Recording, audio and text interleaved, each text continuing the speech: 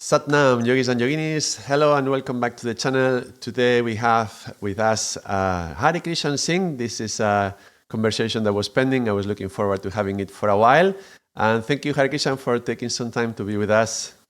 I'm very happy, looking forward to this conversation and to add a conversation to our many conversations. Yeah. So Hari Krishan, tell us a little bit about yourself. Well, I am originally from the Netherlands and I live in the south of Germany. I am a father of two teenage boys and a husband of Pechita Core. And we live, like I said, in the south of Germany, and we have a little yoga retreat center here. You can see the yoga space that I'm sitting in now. Yeah, I'm 51 years old, and I practice yoga. How do you come to yoga? How did you arrive at yoga? How did I arrive at yoga? Oh my God. It was actually through a good friend of mine in Amsterdam when I lived in Amsterdam for 10 years. I studied there. And then he was introduced to Kundalini Yoga through Yogi Tea. Maybe the people watching, they also know this tea brand, which comes from the same tradition as the yoga we practice.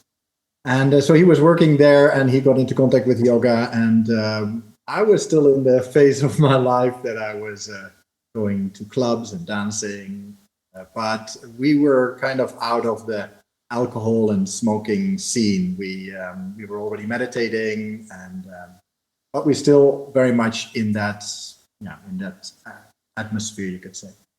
And so I started practicing Kundalini Yoga with him before we would go dancing to raise our energy, to get a little activated. And it was brilliant. We would do sometimes we would even do like 31 minutes of Satkriya, like pretty intense things to start with, and to start Kundalini Yoga with. And then we would go dancing all evening, and indeed we didn't need any other stimulants than that. So then I did that for a while, and then after about a year, I got really inspired, and then I did a teacher training, and it really absolutely changed my life. First few years kind of getting into it, but very quickly I met my teacher, and then I started traveling everywhere where he was and meeting many other yogis, and one of them is sitting not across from me here next to me or in another country, but yes, I met you, Ardaas, as well in one of those travels very early on. That was 2004, I think. Yes, I think so. The new year. Yeah. In France. Yeah. Yes, we were studying numbers. Number 6. It was the training on number 6. Yes, absolutely. I remember that. Yeah, and then a couple of years later, I met my wife, Pechita Kaur, on a trip to India together with Hari Krishan Singh. And then it all got a little more serious. I became a Sikh as well, which is not everybody goes down that path when they do Kundalini Yoga, but for me that was a very logical next step. Same as for my wife, and then very quickly we got married and children, and all of a sudden I'm sitting here. I think the Sikh,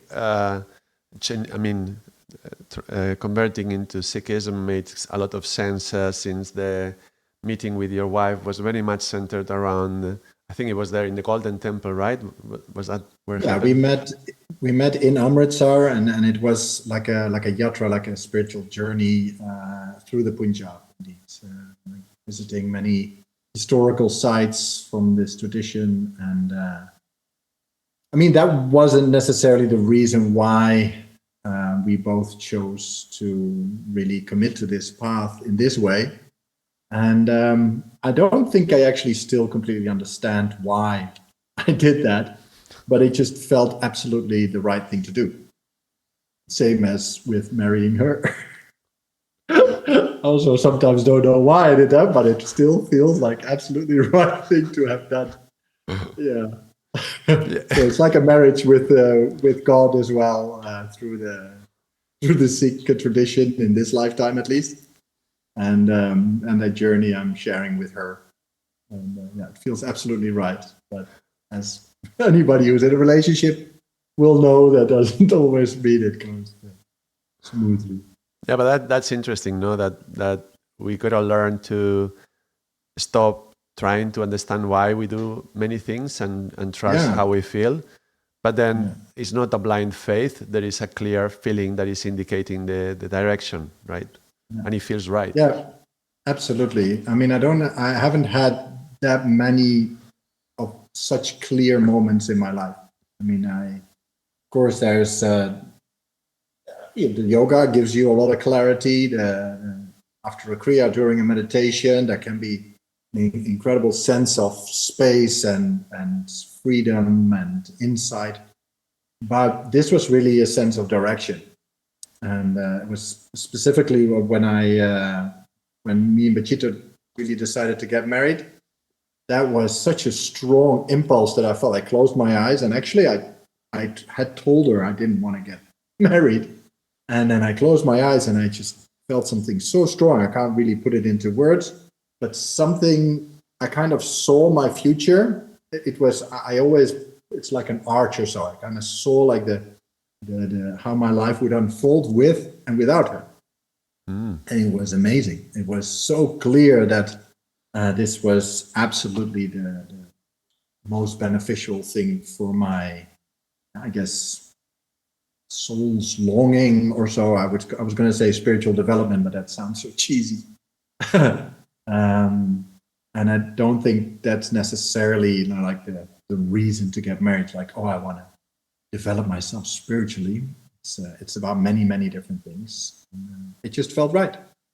Felt absolutely right. And the same with Sikhism. That was more gradual. This was like one moment where, I mean, we met and we got to know each other, but that moment was really decisive. And with Sikhism, I feel that whether I was in a previous life or whatever, just even the whole image of it just resonated with me already since the moment my hair started growing on my face. I never shaved it off, and my hair on my head was also, and when I was 20, was already down my back. And so that all, and It's the whole funny. philosophy, everything I, fit it very well. one of my best friends in university, I used to tell him, cut your hair, because he was leaving it long. But that was probably my shadow. And a part of me I was rejecting because I had the hair quite short myself. And that was in the period of my life when I was rejecting anything spiritual. So I think it's quite Yeah, symbolic. yeah, And we associate the hair with the Kundalini as well. So it kind of makes sense. yeah, absolutely. Yeah, and it was for me. I always, like I said, I always wanted to grow my hair, but it was socially not really accepted. As you're a good example of that, apparently. Yep. I didn't know that story. And so to find this tradition for me was also like, finally, it's actually stimulated to grow your hair.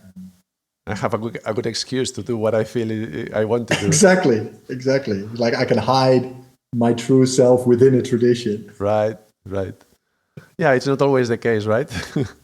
No, absolutely. It can be the other way around, actually. Yeah. So, I mean, not hide, I guess, show, but yeah, a lot of people, they hide themselves within the tradition. But I could actually really show myself.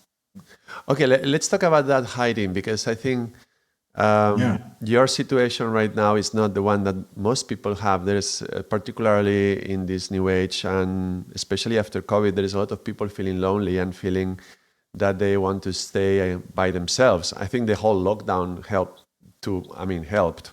It made a lot of people spend a lot of time going away from other people.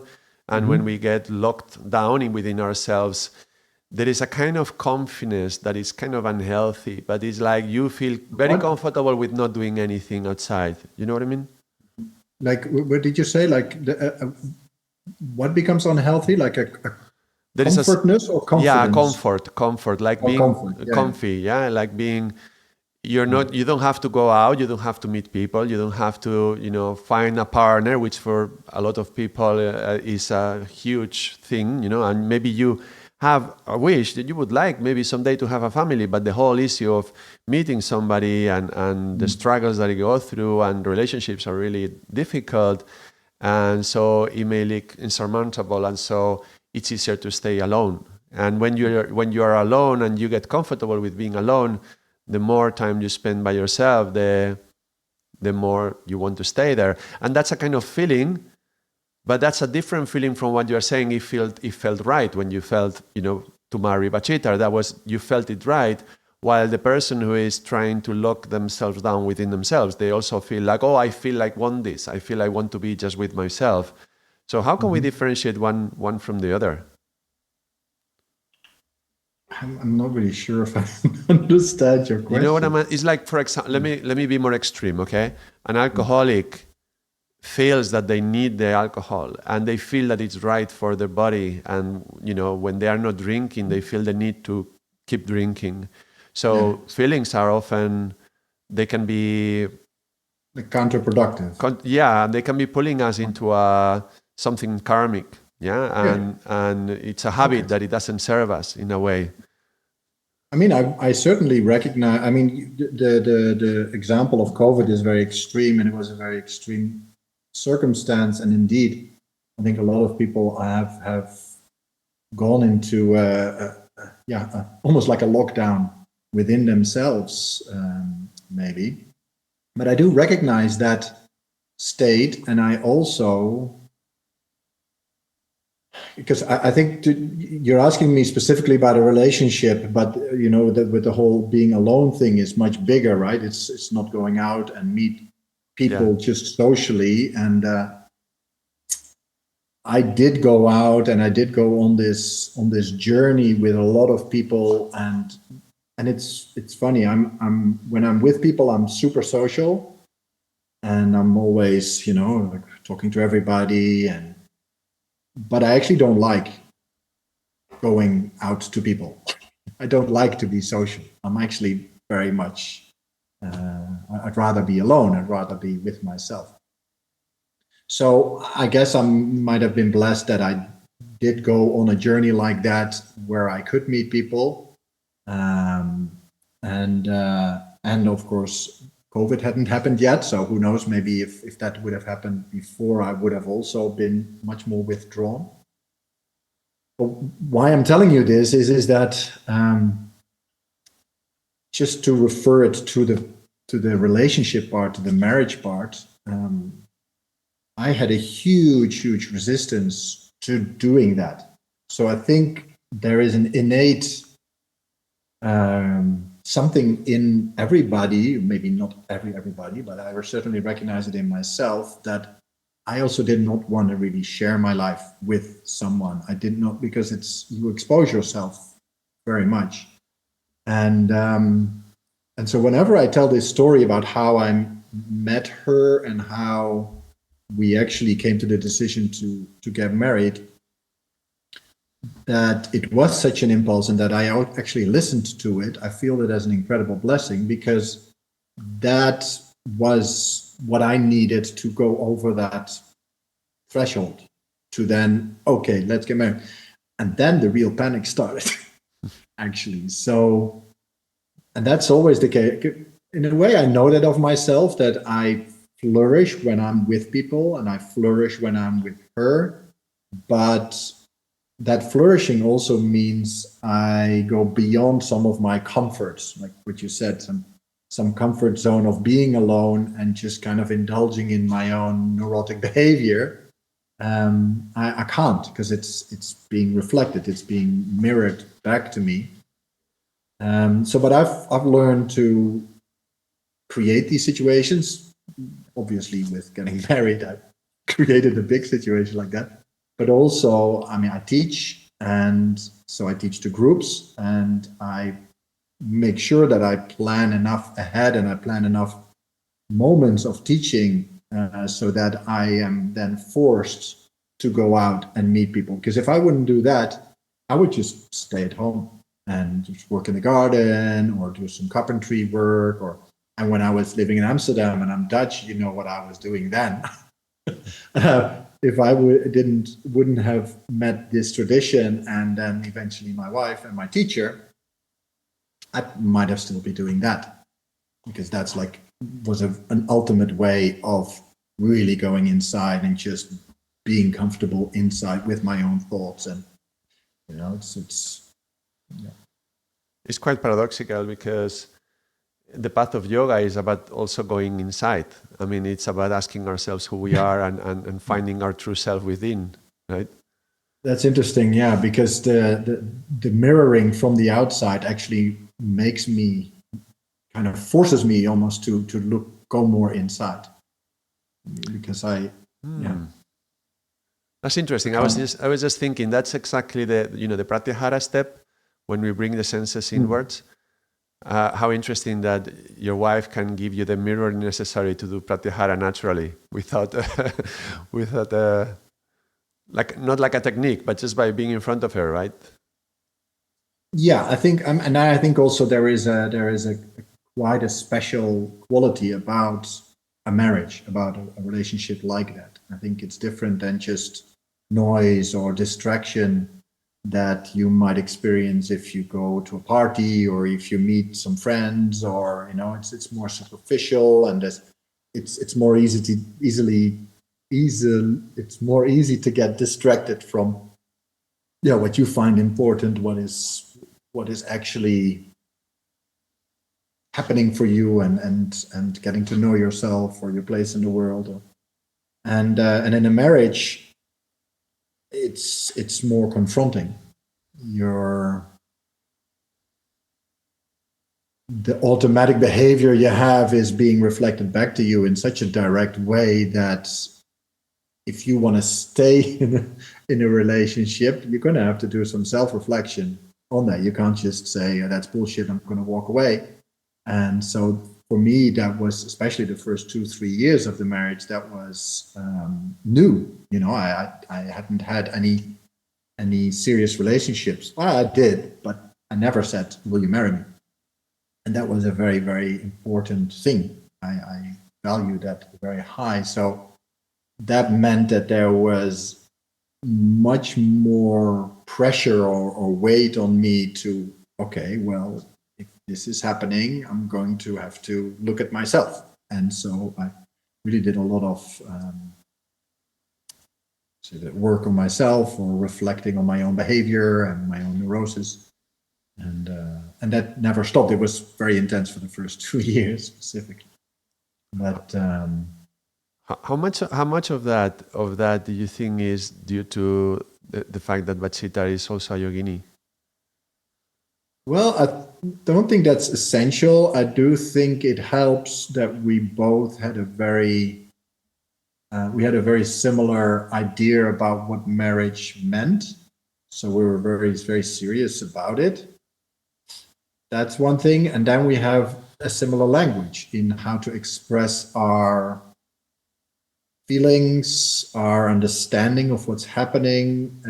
That can be a disadvantage as well, that you kind of start teaching each other, or start, referring to the teachings in terms of each other's behavior. And we really try to avoid that. Internally, of course, that happens a lot. It must happen for her as much as for me, or maybe more. Yeah, I think it helps, because I do see a lot of relationships, students that come into this tradition, and they change a lot of their behavior, and they get insight into a lot of dynamics, relationship dynamics, inner dynamics, and then the partner does not have that same kind of accelerated development, and that can create quite a bit of problems. And we kind of grew simultaneously. Also, if you look at our history, we had quite a similar development. And then the moment we met each other, we were both right at that moment where we both wanted to have a serious relationship, and we wanted to take that next step. And I think it has served us, but it's rare. I see that not so often around me, that there is this resonance and that there is this. I really feel it as I mean, you could call it luck or blessing or grace or something, but I feel very, very blessed that these things have happened, like that I met my teacher, that I met my wife, and those two things specifically have been so significant and have supported me in being the person I am now. Mm. Yeah, I was thinking how we often emphasize the importance of the householder path nowadays, right? Yeah. And I wonder what kind of, because of course it doesn't mean that the ascetic path there's anything wrong with it, or that nobody should take it. No, I think that it can be suitable for some people, no? But I wonder about the kind of character that one has to follow that kind of path, or the kind of characteristics that can manifest in your life to make you in pursuit of an ascetic path. Also considering that the ascetic, what we understand as ascetic path today might be really different from what the ascetic path was in the old times, no? Ascetic nowadays almost means you're not on social media. Yeah, like I don't have my phone on all the time. That's already ascetic in a way. Exactly. Or no, I don't have Instagram. Oh my God, are you in a cave or something? No? Exactly. Yeah, you don't. And how possible is it still to find a cave somewhere where not some tourist is going to pass by and they're going to be listening to some songs nearby and distract you, which is probably what happened hundreds of years ago in a different way.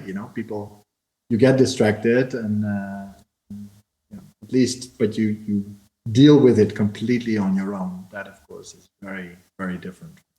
Yeah, but that's the key, isn't it? Because those teachings, which would be very useful in the old times for the ascetic person who just goes into a cave in the mountain, that's not going to happen today. Even if you are not in a partnership, you are surrounded by people, unless you are locked yourself in a room, and then we are talking about some other social problems probably.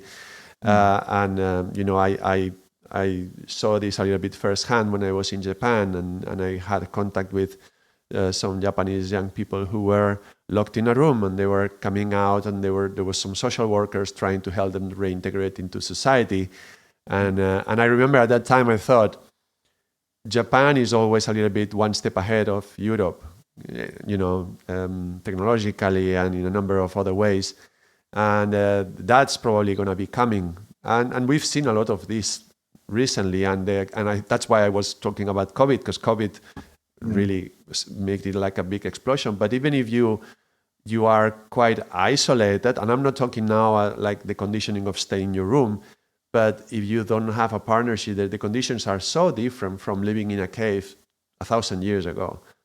Yeah, and also the reasons why young people nowadays at least lock themselves in their room has a lot to do with video games, I think. So there is distraction. There is still a lot of what you try to avoid by going and sitting and meditating in a cave is what you're looking for by being inside your room, is just not having to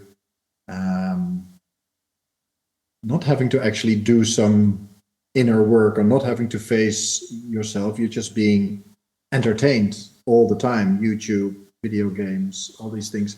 I don't know if that was the case with the Japanese youth that you were talking about. If they were, I know these stories. Not always. Probably some were with the video games, but others were just in a dark hole, and maybe they didn't do much. Maybe they read some manga, but maybe porn as well could be. But I was asking, sometimes I asked like whether they had connection through the internet. Like they were not coming out, but they were exchanging messages, and most of them they didn't. They were, I mean, at least those who I managed to have some contact, and it was also difficult to communicate with them because I didn't really speak Japanese. So I may be mistaken in this point.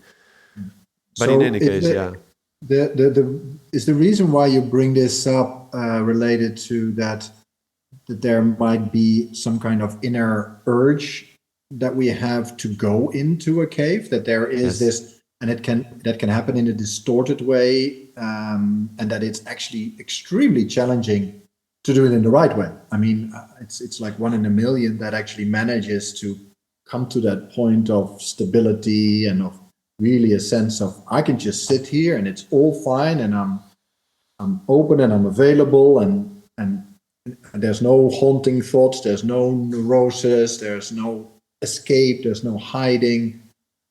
Just sit there. But we are all, That's exactly my point. And also the conditions, the external conditions are not helping. Economically it's really hard to make yourself independent.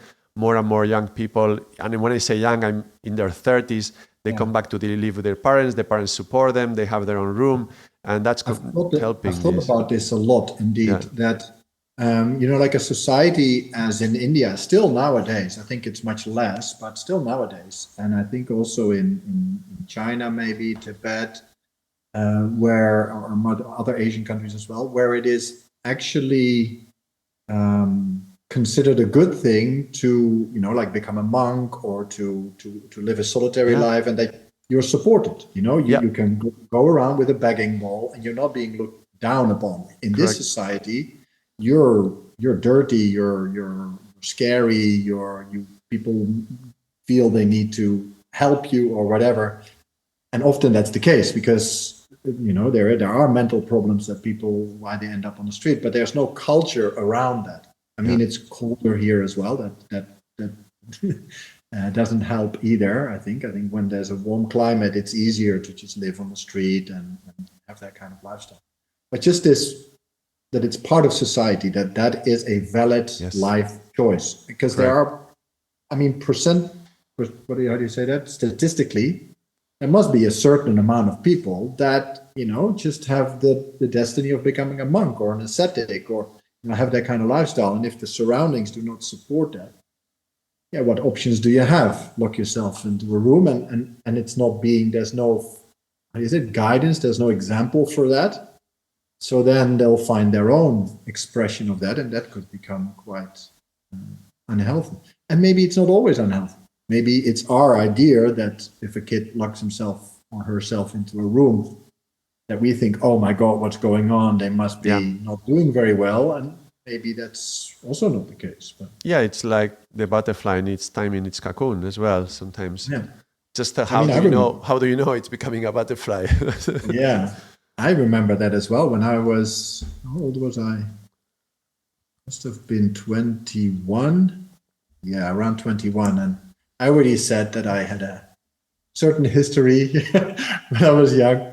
And I studied for half a year in one city, and I was just not interested at all. And I was smoking a lot. So I had a room which was the size of a bed.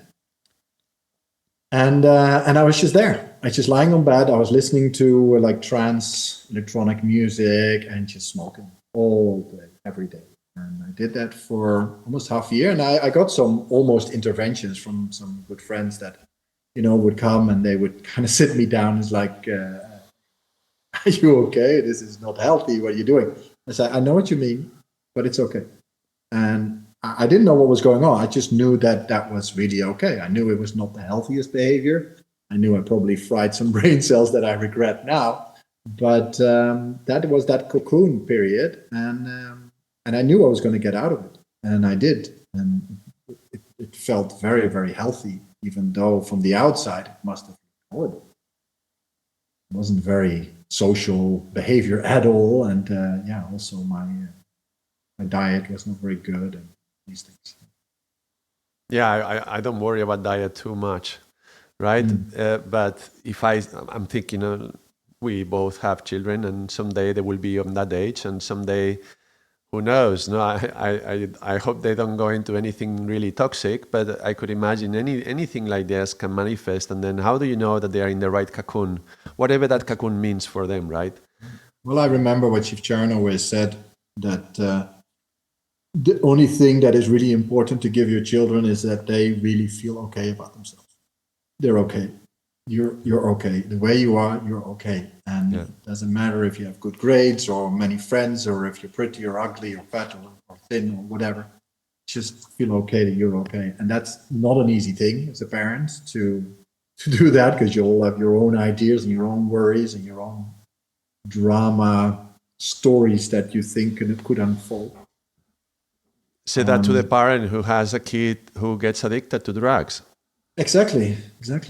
I mean, I was experimenting, and I'm not really sure my parents really knew about it so much, but you never know. I mean, I'm now my oldest is turning 16 this year, so I'm almost that parent that when I was 16, I had my first joint. So I thought about that recently. I was like, oh my God, he's turning 16.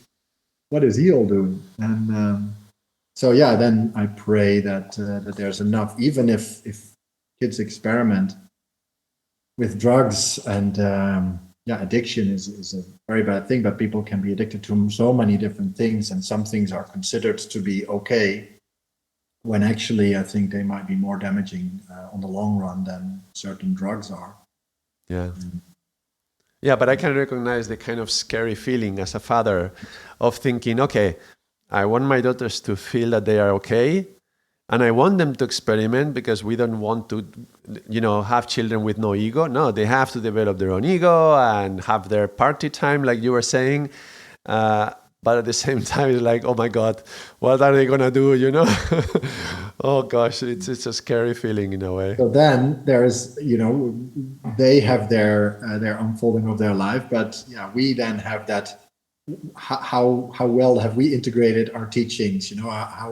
How much of a householder yogi are we that we can actually hold that and not limit them in their behavior because of our own worry and inability to kind of process that. Yeah, that's a good word, I guess. Process that within ourselves.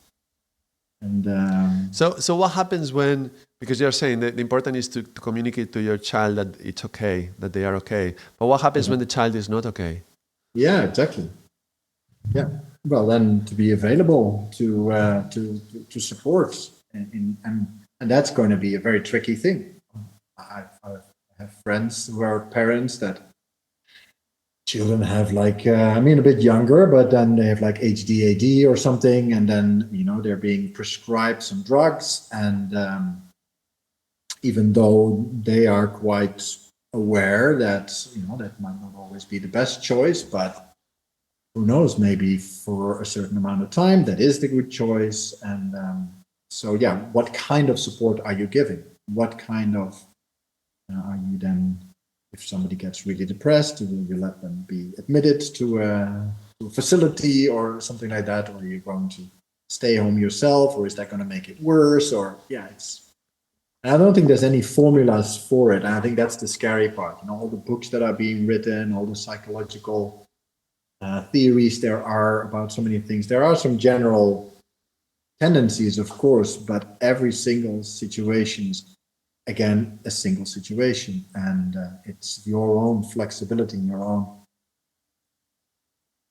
responsibility with yourself. If you've learned to take care of yourself, and if I don't think you can give a child the feeling that they're okay if you don't feel that about yourself. I think that is probably the best thing also to do in relation to if the child is healthy or not healthy mentally, whatever, is that you do not go into a neurotic compensation behavior, because that will certainly not help that person. If you remain stable, I've known quite a few people whose children have not quite a few, I think 3 or 4, that their children have tried to commit suicide, for instance, which is one of the worst things, I think, if that would happen. And I can't imagine really what you then think of yourself as a parent, if you think right or wrong. And I've guided some people through that period as well. And the only thing that I felt that I could do was just to make them feel okay about themselves, the parent. And then by establishing that, then they are an example for the child to maybe go there as well, but you can't force them. Often, and that's what I noticed, the more influence they try to exert on the child, the heavier and the stronger the reaction was, and the more free and the more kind of at a distance, holding the space they were, the better the child would develop, and they would go through a phase and get out of it. Luckily, they all got through it. I don't know, of course, what happens if they don't. That happens as well. Yeah, I'm seeing this transgenerationally, right? Like with children copy their parents, and we even have a lot of neurons designed to do this, to copy, and it's basic survival, but it also becomes our behaviors and our beliefs. And I understand when we look at our parents, and sometimes we come from these yogic teachings, and then we see how much we could enjoy our life more with these teachings, and how we can improve our state of being and mind and being healthy. And then the temptation is to go to our parents to try to help them change their own state of life and being and thinking and all that. And that's a trap, because in a way, the moment we try to approach our parents with that mindset, it just communicates, I don't like you the way you are, I want you to change, right? And that's, first of all, it's not our job, right?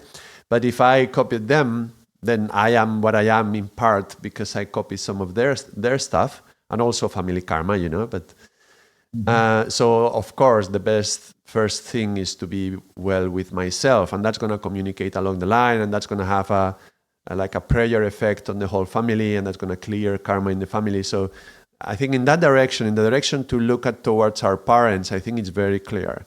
Don't try to change your parents, accept them as they are, bless them, and work on yourself, and bless them for everything that they've done, whatever. And if they didn't do that well, then also just bless them and hope they can mitigate that karma through your prayers, right? But then when you look at the other direction, and you turn around from looking at the parents to looking at the children, of course, again, first of all is, yes, you have to be well because they're going to be copying you, so that's the best example you can give. But with them, you do have a lot of influence. With children, we have a lot of influence, no matter how we look at it. And they're going to look at us for counsel and for direction and for some help even.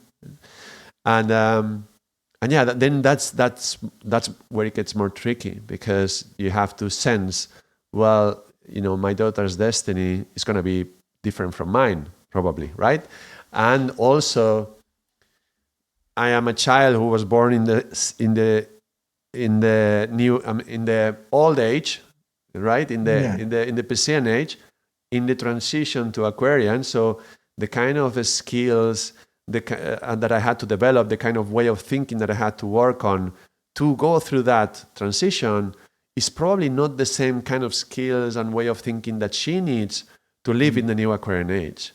So how do I know what she has to do, in a way? Yeah. But you were talking about books as well. There is one book that it did impact me quite a lot, and I really appreciate. This is called Voice Lessons for Parents. Do you know this one? The first word? Voice Lessons for Parents. Voice lessons, okay. Yeah. No, I haven't. But it's not so much about how to put your voice, but it's about, this is this woman, she's a psychologist who has helped a lot of children of many different ages, and she tells us as parents how to deal with a child of this age, and whether the boy is a boy or a girl, and the particular characteristics of what can happen at every age from 0 onwards, and how to deal with it. And it's filled with lots of wisdom, but to me the most important element that I got from that is what she calls the bank of trust. Mm-hmm. And you have to invest in it when they are very, very, very small. So starting from when they are 1, 2, 3 years old, you start investing in communicating that you trust them. Mm-hmm. And which is kind of like what you're saying, no, they are okay, right? And you trust that they are okay, and you give it to them. Mm-hmm. And so by the time they get to the adolescent years, hopefully, if they have any issue, any problem, any situation that is really damaging for them and they feel very uncertain and insecure, they're going to come to you to ask for your company or your support or your wisdom or whatever. But at least they're going to talk to you at the minimum, right? Because, well, I went through a tough time when I was young, and I was bullied a lot in school, and I had a really painful period of number of years, and I didn't tell no one. And I know that's a very common situation for people who go through traumatic circumstance. They don't tell anyone out of shame or whatever, no? I don't know, victim personality, shame, and low self-esteem, a lot of things. But the thing is, can we communicate in such a way to our children that whatever happens in their life, they can come to us and we're going to listen openly to them and we're going to give the support, but not try to change them and influence them in a way, but just to be there for them. No? There's no taboo in the house. Yeah, good. Yeah. I had also, that was, I keep referring back to Shift Chart as my teacher, but that's quite logical, I guess. That's the feeling I had my first consultation with him, which was actually at the retreat where we met. And with him was the first time that I spoke with someone where I could feel no boundaries in judgment. There was, I felt no expectation. I felt no judgment. I didn't feel that I could say anything that would shock him or would make him view me as less or something like that. And that was so incredibly rare. Like I said, I never experienced that. And I guess this is what you mean and what I mean in that would be the ideal, what you'd like to develop also as a parent is that, okay, it's open, but I think there is an inherent consequence of just being somebody's dad or somebody's mom that can't be. I think there is a natural kind of rebelliousness, I guess, maybe eventually not anymore. I guess that is more like the teenage years and stuff. And I think it's healthy if the child kind of goes a little bit against the parents, but just to minimize that, or to minimize at least the idea that the child has about whether or not they will be judged about something or not. Yeah. Yeah, very, it's funny as you say this. It just, I remember a few months back when that happened with Holly, my little one, and because she decided she wanted to cut her hair, and in a way we had a conversation in the family, and we put the pros and the cons of leaving the hair long or cutting it shorter, and we did the whole thing, but secretly, inwardly, without telling her, I was hoping that she would, in a way, meaning that she could, in spite of what everybody was telling her, how nice it is, the long hair and all that, she felt strong enough within herself to say, you know what, I decided, I considered everything, I listened to everything, I still want to cut it. So that was very interesting, to see her struggling with disappointing you, but at the same time, feeling what is good for me and being able to say, this is what I want for me. And that was powerful.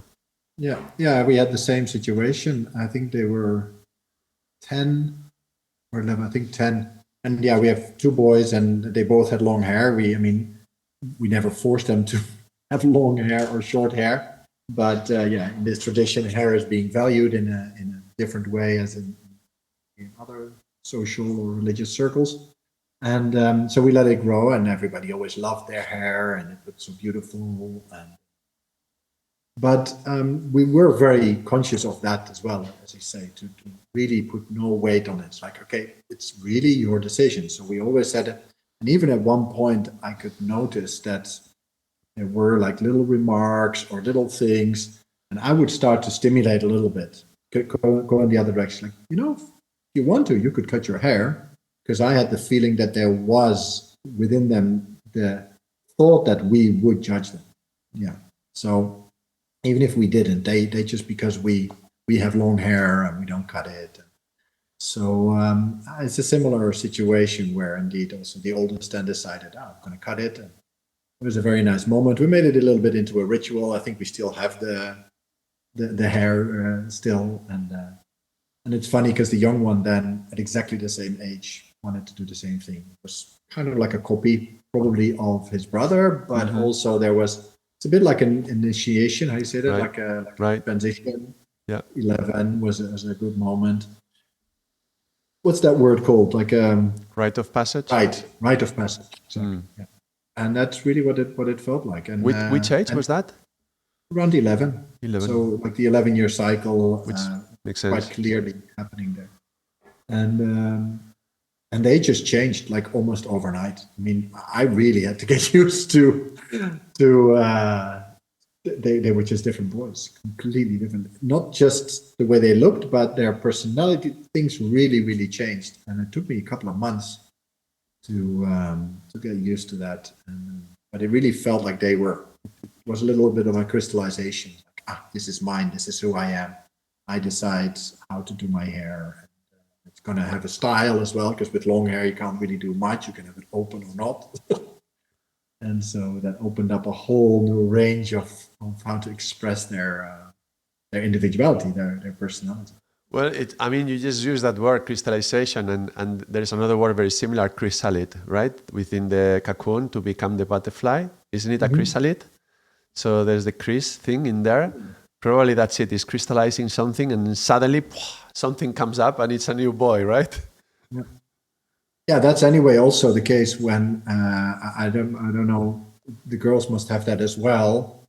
These growth spurts where they have they feel a little ill and they kind of retreat. They are in bed a lot. They don't feel so good, and that can last up to like a week and a half or so. And then all of a sudden they're bigger. It can almost be visibly a couple of centimeters extra, almost it seems. But it's just their whole. Their development, they might made a jump, and they became more themselves. And those moments to really allow that and not say, and now you're going to go to school or eat your vegetables or go to bed, or no, just allow them to explore as well what that means now to go through that phase of change. I think it's very important, and yeah, we do have our own ideas about it and worries, and also through COVID. Actually, the oldest, he was, I think, it's now 4 years ago. So yeah, he was 12, roughly 12, and he was a little bit depressed as well. He really wouldn't come out of his room much. He would lie on his bed. He wouldn't even play so much his games, and he wouldn't see any friends. He would stop with the sports, and yeah, we were getting a little worried, but yeah, he really came out stronger. So he had that phase as well, even though he was quite young. Curious how that would have been if he would have been 16 or 18. So maybe a bit more extreme. Yeah, I wonder how is that going to be different also with girls, because they are quite different, no? Yeah, that's the thing. I have no idea also, because it was funny when our boys were born. In our extended family, like my brother and some cousins and nephews, and everybody got boys. So it was 13 boys were born in the span of a couple of years. It's just the opposite of my family. My family is only girls. Everybody in my family is just making girls. So funny. We should bring that together. Yeah, let's arrange marriages. Yeah. That's not forcing things on people. No, not at all. Totally acceptance. You can stay with that cousin or that other one. Exactly. As long as there's a lot of choice. There's a lot of choices, two of them, There. My goodness. Oh, yeah, that's funny. So they were all boys, in your family? Yeah, absolutely. Yeah, and now the sister of Pachiter, my wife, she has one girl. So I do have contact with a girl already from, the moment she was born. She's now turning 17. So that I was very, very grateful for. So I have had some contact with the difference between boys and girls, but they live quite far away, so I don't see them that. But I do hear that there's a little difference. It's funny, in your house is the opposite of mine, no? Because you are a lot of male energy and your wife, and I am the only man, no? And there's female energy around me. Yeah, we have 3 cats. They're all male as well. So my wife is really struggling sometimes. Yeah. Okay. So we invite, we tell the girl, how would you call that? My niece, I think it's my niece. She that she should come over more often. She's now old enough to come by train herself alone, and just stay with us for like a week or so in the holidays, so that Pachita has some female energy around. To balance a little bit. It's important. Yeah. Really. How do you feel being a man in this world of yoga, where there is, I mean, most of the practitioners are women, and when we go to the trainings, I see it's over 90% are women, no? So Yeah. How do you feel with that? Yeah, that's a very good question. And I do get confronted about that. We recently had a level 2 teacher training in Kundalini Yoga, and it was me and another male teacher. And there were 2 men also in that as students, but of course the rest was all women. I think it was 10 people in total. And some people asked questions about that. And then we have in Kundalini Yoga, we have, I'm not a woman, I'm not a man, I'm not a person. I'm a teacher, but I can't deny that I do look at the world through filters of being a man, and it's obvious that I am. And there is a difference in how you approach also spiritual practice as a man, as a woman. The fact that there are not so many men, I do feel as a responsibility as well. I seriously feel that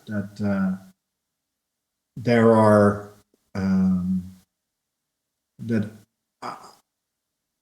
I mean, in the ideal situation, I'm not saying that I'm embodying that, but in the ideal situation that I, as a teacher, but also just as a man in this tradition, would manifest a good balance between male and female qualities within myself.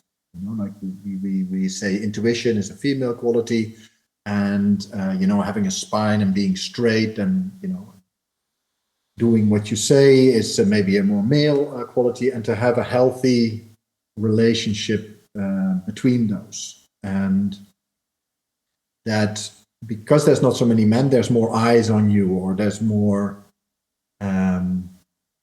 especially as a teacher also, I can see that women students, female students, they appreciate a quote-unquote spiritual man. Like a man that is integrating teachings, that is willing to work on himself, that is willing to do the yoga and the processing and in introspection, all these things. So I can see that is important for them, and but also very much for the male students, that they have an example, that there is somebody who's doing that, so that if they feel the impulse of studying this or practicing yoga, that there is an example of a man doing that. Because I hear a lot of men having a big challenge to go to a yoga class, for instance, because it's a female teacher, it's all women, and they don't really feel that they don't feel that environment to be so inviting, which is very understandable. So I see quite a few men coming to my classes, obviously, because I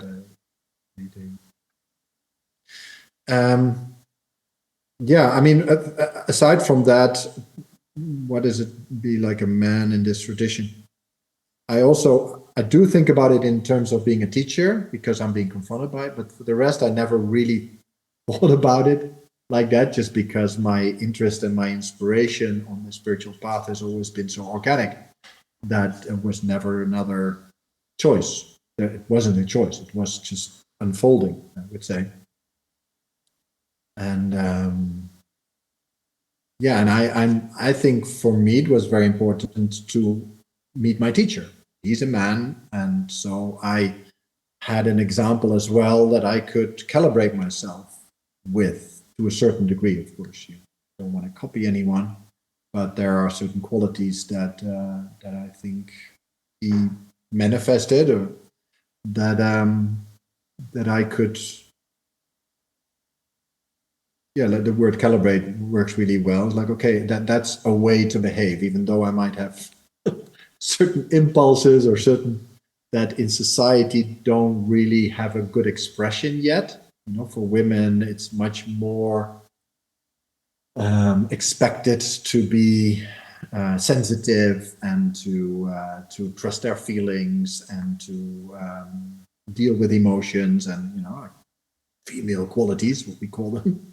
And as a man, not so much. You know, it's very much a cliche image that is still existing of a man, and also a lot of projection on men, as because there's been a dominance, and there still is a dominance of maleness in society, in politics, in business, and everywhere. And so there's a big anti-movement that as a man you then have to deal with. Okay, I can't be that kind of man anymore. So what kind of man should I be? And you also don't want to just crawl away. You know, but, Yeah, that's key because banana man. Yeah, correct. And there's been plenty of bad examples. Yeah. And so you don't want to have that lack of integrity. But what does it mean then to be a man? No, not to be that banana man that you are saying. But in a healthy way. Can I empower myself and integrate those male qualities without going into the toxic and corrupt part of them? But at the same time, yeah, I am a man. To be able to say that I am a man.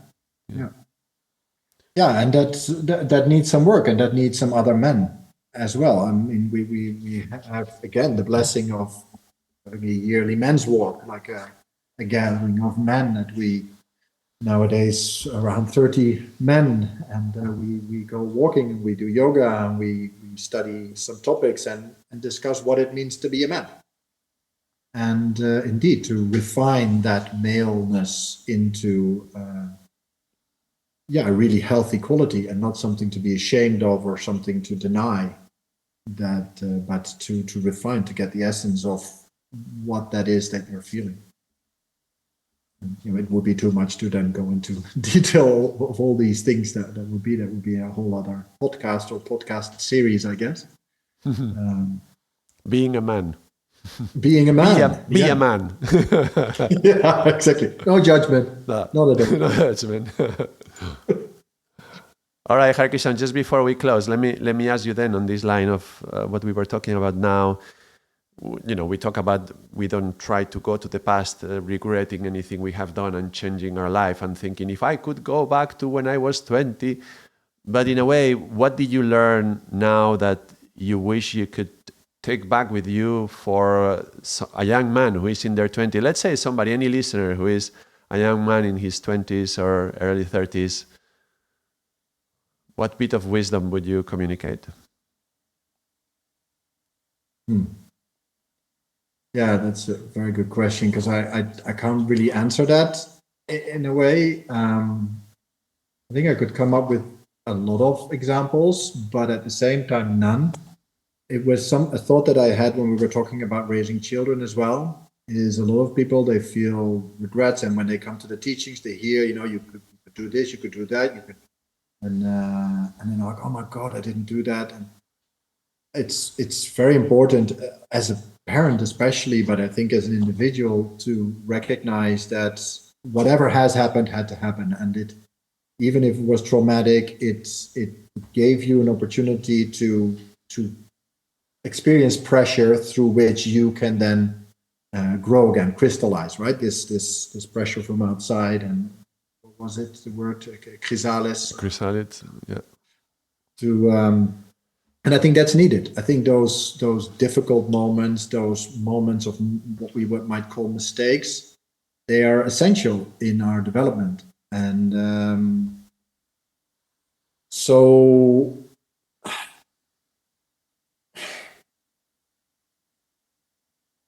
looking back at my own youth, I really would have wished I'd done some things differently. I wished I would have been a little more serious when I was younger. But I know a lot of kids that are very serious, and I wish them to be a little less serious.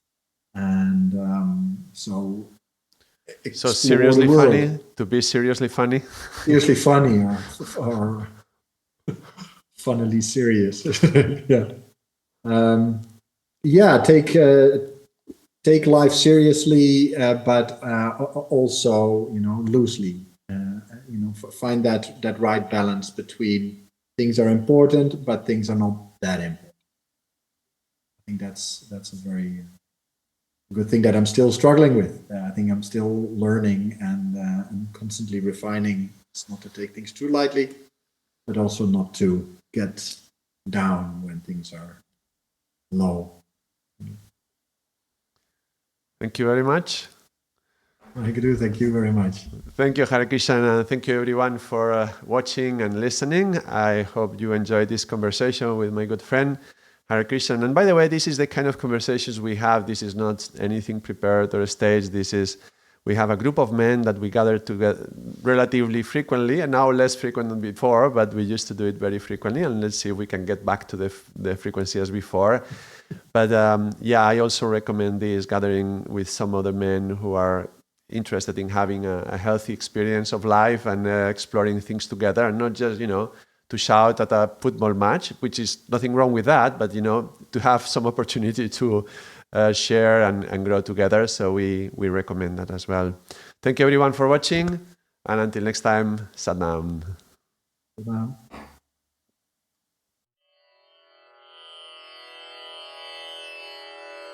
Bye.